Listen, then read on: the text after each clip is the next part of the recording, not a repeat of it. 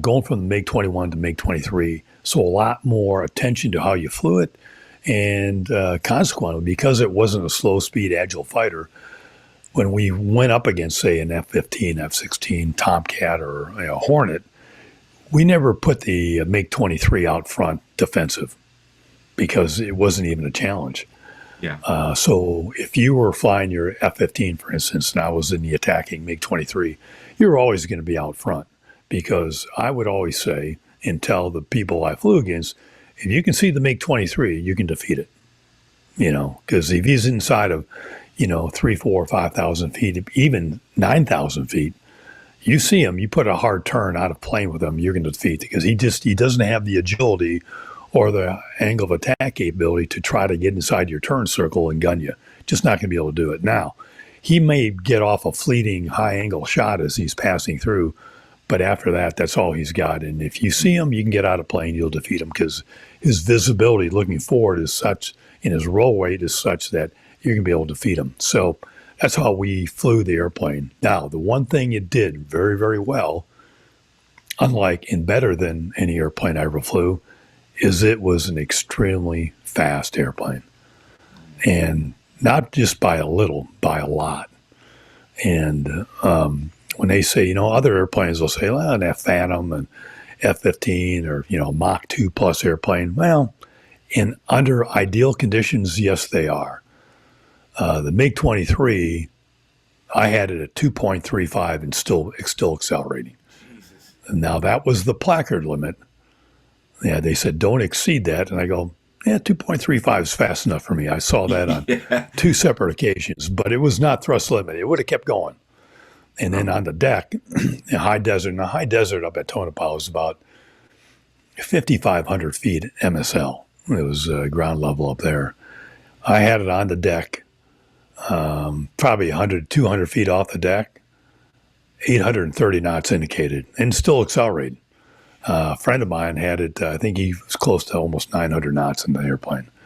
And he did that by mistake, not on purpose.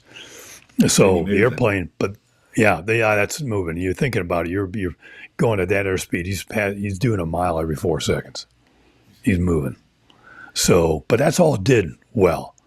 But it was very stable, down low on the deck. I mean, I was 830 knots and thinking, man, this airplane's like it's on rails. I mean, it's just dead, solid, steady. But again, it's all it did well. Did you often go up against the F-14s in the MiG-23, and how did it compare? Obviously, both got wing sweep and that, and similar-ish roles. That was a bit more of an interceptor as well, the Tomcat. How did it fare?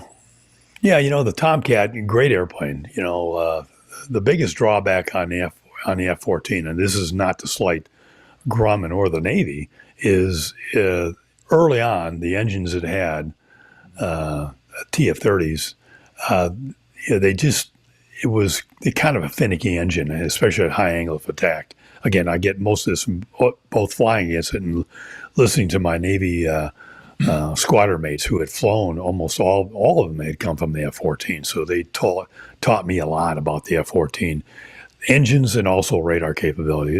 Good radar. You're out over the ocean looking for doing fleet defense, but again, it didn't have the hands-on throttle and stick capability that most other Western fourth generation fighters had. F-15, F-16, Hornet, all that. You had the guy in the back, which is great. You had your Rio in the back, good when you're doing fleet defense in the F-14.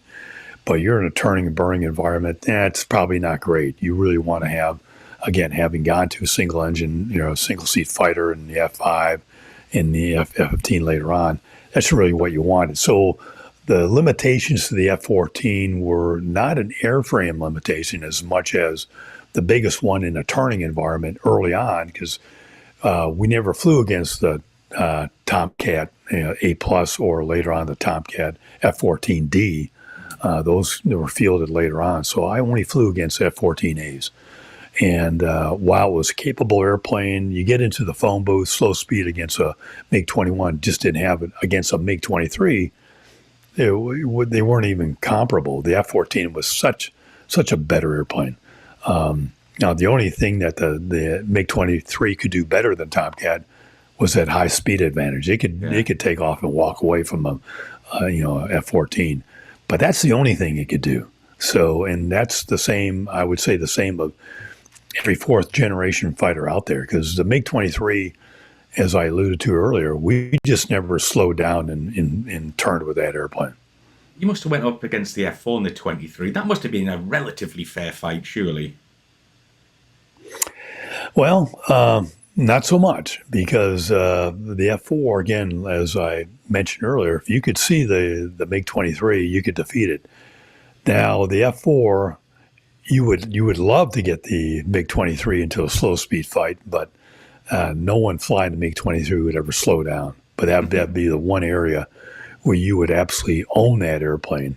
Now, you didn't have the high speed that the MiG-23 had, but the MiG-23, it was small, but not near as hard to keep track of as the MiG-21. Now, what the MiG-23 could do, and this is where it did pose a threat, is if you detected it as an F-4 pilot back at your 7, 8 o'clock, whatever, attacking from, say, 9,000 feet, whatever, on in, you could surely defeat him with a nice hard turn.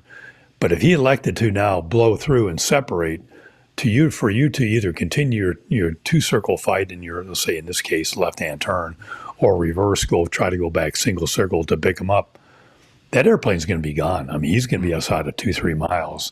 Even if you were able to get a lock on with your radar and try to get off an AIM-7 missile, he's going to be out of range for even your missile at that point. So now the MiG-23, if he could somehow keep sight of you and pitch back and come back into the fight, now you're starting off almost neutral again. But that's going to be hard for the MiG-23 pilot to do, because not only is the MiG-23 small and hard to keep sight of, but as a pilot flying the MiG-23 in that scenario where I just went through and didn't try to extend out of the fight against a Phantom, to keep him in sight, to keep the Phantom in sight is a real chore, because the visibility in the MiG-23 was just atrocious, looking anywhere past your 3 or 9 o'clock aft. And that's why, the designers of the MiG-23 put that periscope right atop the canopy, because that was the only way I could see anything after my 3-9 line. And I could move my head around and look and see back at my 7 o'clock or my 4 o'clock, whatever it might be, and I could see exactly anybody right behind me. But even with that, to keep somebody in sight, if I had somebody right at my dead six and I know he sees me, well, I'm not going to pitch back into him, not with this airplane. I'm probably just going to pitch out of the fight and I'm gone. I'm not coming back. So, yeah, it's for a Phantom pilot against a MiG-23, it's not going to be a challenge.